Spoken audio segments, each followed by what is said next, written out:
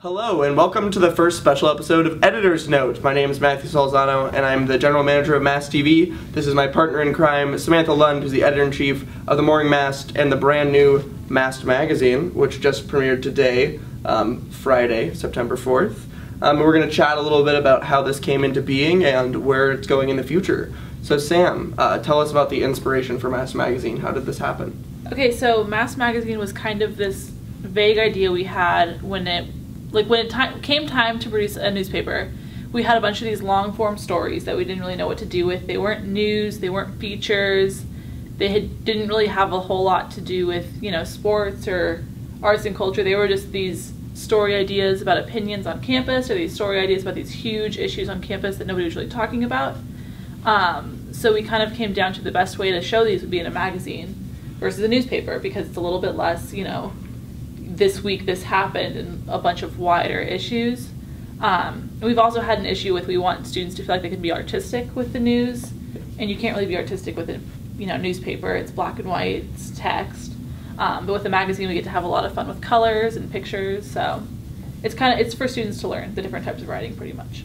Awesome. So how often will it be coming out in comparison to the Mast? So Mast Magazine will replace the fourth Mast of each month. So 3 issues of The Mast, which is the new name for the newspaper, and then the 4th week of the month will be Mast Magazine, which won't actually look like this. It'll be between 16 and 20 pages when it normally comes out. Full glossy, just like you would see in Time magazine or Vogue. This one was a little bit special because we just put it together really quickly for the first years to move in, and features a calendar to start out with, put them on the wall so you remember us. Pretty cool. So where do you want this to go this year? What's your goals for Mast Magazine?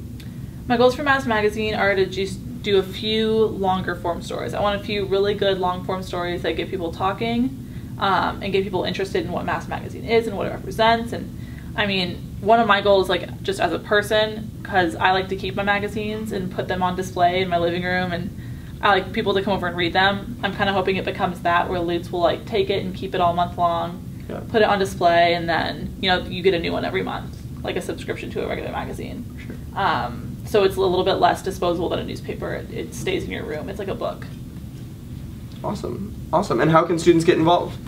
So students can get involved with Mast Magazine or any of the Mast TV, The Mast, any kind of radio thing you'd like to do for us, by emailing either mast@plu.edu or masttv@plu.edu. That's me. And we also have an interest meeting on September 14th at 8 p.m. At 8 p.m. and AUC 172. Yep, so we're right behind the ASPLU office. You might have to hunt a little bit, but you will find us. You'll find us. And if you want to submit feedback, we have a Twitter and Facebook. Yep, we have a Twitter at @PLUMast, a Facebook at Mast Media, an Instagram at Mast Media, and a Snapchat at Mast Media.